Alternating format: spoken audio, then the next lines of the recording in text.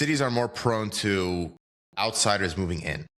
I mean, I see it all the time throughout the 5 boroughs of New York. People from all over the country come and want to be that city kind of person, not have a car, walk everywhere, take the subway, frequent a certain coffee shop, go to a certain fitness club, and really fit a, a mold of the city girl or the city guy. Live in a 100 square foot apartment where you have to sort of sleep on a shelf, and there are some crazy kind of things out there that's rent controlled, and so on and so on and so on. Being that people never grew up, that the people I'm describing didn't grow up in the cities, they don't realize what it comes with, the resources that a big city has.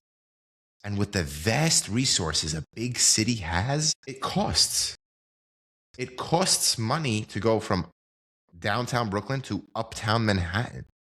And it costs time, which means you're working less because of travel time. All of that to say, the biggest theme right now is affordability. That's why Mamdani got to where he got to. And what I think and based on the polling data, most out of city New Yorkers, people who were not born here, voted for him. And that's what put him over the top. That combined with my age Brooklynites put him in the position that he's in. What he tapped into? You have to really work to earn your place in New York. You don't deserve a place in New York. You earn a place in New York. You earn a place wherever you are, in New York, New Jersey, Zimbabwe, or China. You earn it. It's a result of your own responsibility. Because Mamdani tapped into that message of, I'm going to deliver a city for you because you deserve it and you're entitled to it just because you exist, is appealing to both the out of cityer, the out of stater, who likes the idea of being a part of New York City. And he also tapped into people my age and younger who say, you know what?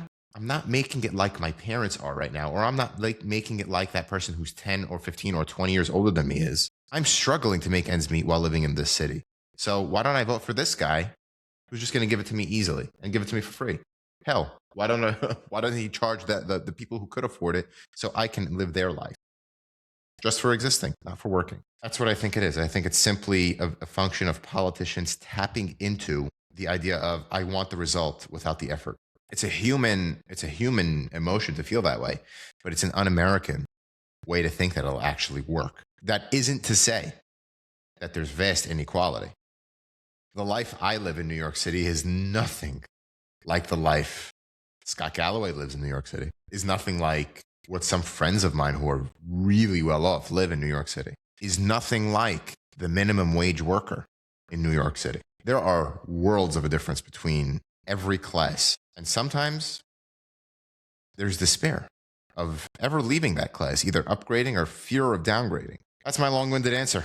And to answer your question, I absolutely did not vote for Mamdani. There are some serious anti-Semitic concerns that I have with that guy. But he is our mayor. I wish him the best. And above all, I wish him to address the concern. I don't seek to villainize. I seek him to address the concern. Desert Sun, Arctic Fox. I'm glad I'm doing it too.